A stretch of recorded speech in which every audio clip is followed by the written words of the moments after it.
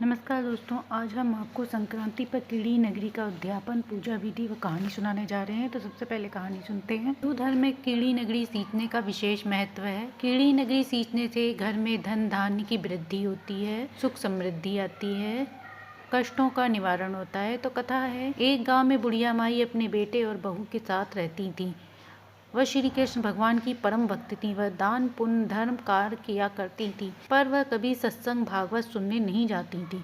बुढ़िया माई के बेटे ने एक दिन माँ से कहा, माँ आप पूजा पाठ तो करती हैं पर कभी भी सत्संग सुनने नहीं जाती। तो माँ ने कहा, आज जाऊंगी, पर वह आज भी नहीं गई। ऐसा करते करते उन्हें 6 दिन निकल गए। तब उनके बेटे ने कहा, माँ आज अंतिम दिन है, आज तो कथा सुनाओ। सारा दिन काम करते करते बुढ़िया माई को देर हो गई और कथा समाप्त हो गई। श्री हरि विष्णु भगवान बुढ़िया माई के पास ब्राह्मण का वेश बनाकर पहुंचे और बोले, बुढ़िया माई कहाँ जा रही हो? बुढ़िया माई ने कहा, मैं भागवत सुनने जा रही हूँ। तब ब्राह्मण ने कहा, अब तो कथा समाप्त हो गई, अब वहाँ जाकर क्या करोगी? वहाँ से अब क्या लाओगी? बुढ़िया माई ने कहा, वहाँ से कुछ नहीं लाई तो एक ईंट ही उठा लाऊंगी। ब्राह्मण बने भगवान ने कहा, तुम वहाँ से मिट्टी की ईंट लाओगी, इसके बदले में मैं तुम्हें सोने की ईंट दे देता हूँ। बुढ़िया माई ने सोने की ईंट ले ली और घर वापस आने लगी। तो सोचने लगी कि यह ईंट लेकर गई तो बेटा बहू झगड़ा करेंगे, इसलिए बुढ़िया माई ने वह ईंट घर के आंगन में गाड़ दी। परंतु उनका ध्यान उसी ईंट पर अटका रहता। खाते पीते सोते उठते बैठते वह वहीं पे देखती रहती।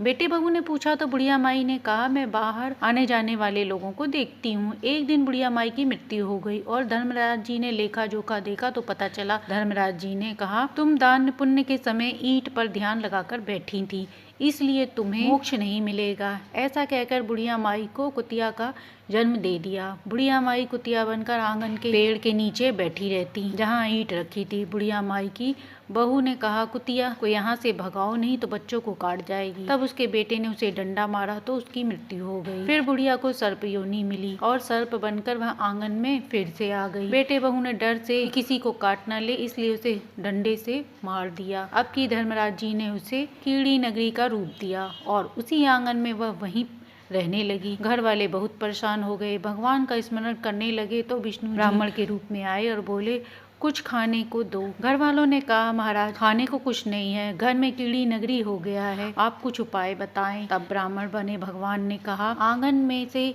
ईंट निकाली और बेटे बहू को देकर कहा, तुम्हारी माँ के नाम से धर्मशाला स्कूल बनवाओ, गौशाला की व्यवस्था करो। इतना कह के ब्राह्मण वहाँ से चले गए। दोनों पति पत्नी झगड़ा करने लगे कि तुम दान करो, तुम दान करो। थोड़े दिनों बाद कीड़ी नगरी फिर वैसे की वैसी ही थी।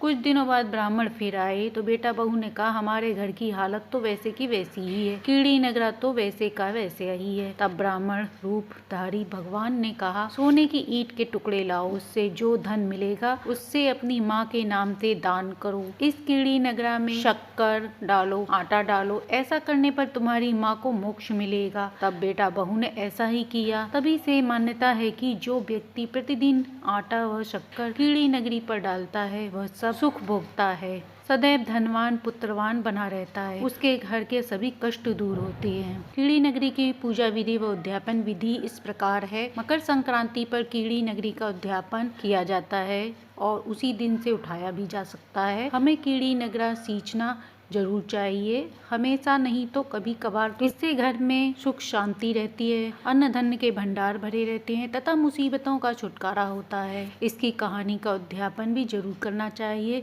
किसी भी शुभ महीने से शुरू कर सकते हैं और या फिर मकर संक्रांति से लेकर 1 साल तक सींचने के बाद उद्यापन कर सकते हैं। यह बहुत फलदायी होता है। इसका उद्यापन 1 साल 6 महीने 7 दिन भी किया जा सकता है। उद्यापन में यदि 7 दिन कहानी सुन रहे हैं तो कहानी पूरे 7 दिन लगातार सुने या 1 महीना लगातार पूरे सुने, बीच में छूटना नहीं चाहिए। आटे में घी डालकर रोटी बना लें, फिर उसका चूरमा बना लें, चीनी या गुड़ मिलाकर 2 लड्डू बना लें। पहला लड्डू चींटियों को खिला दें, जहाँ भी चींटी रहती हो वहाँ आसपास तोड़ के डाल दें। दूसरा लड्डू भगवान को भोग लगाकर परिवार सहित ग्रहण कर लें। 1 लोटा जल चारों ओर थोड़ा थोड़ा करके छिड़काव कर दें। इसे पानी का कार लगाना भी बोलते हैं। आप चाहें तो वो लड्डू ब्राह्मण को दान भी कर सकते हैं, दक्षिणा सहित रखकर। इसी तरह हर साल विधि विधान से कीड़ी नगरी का उद्यापन कर सकते हैं। कीड़ी नगरी सींचने से शनिदेव की भी कृपा प्राप्त होती है, साथ ही यमराज जी की भी कृपा प्राप्त होती है। तो ये थी कीड़ी नगरी की संपूर्ण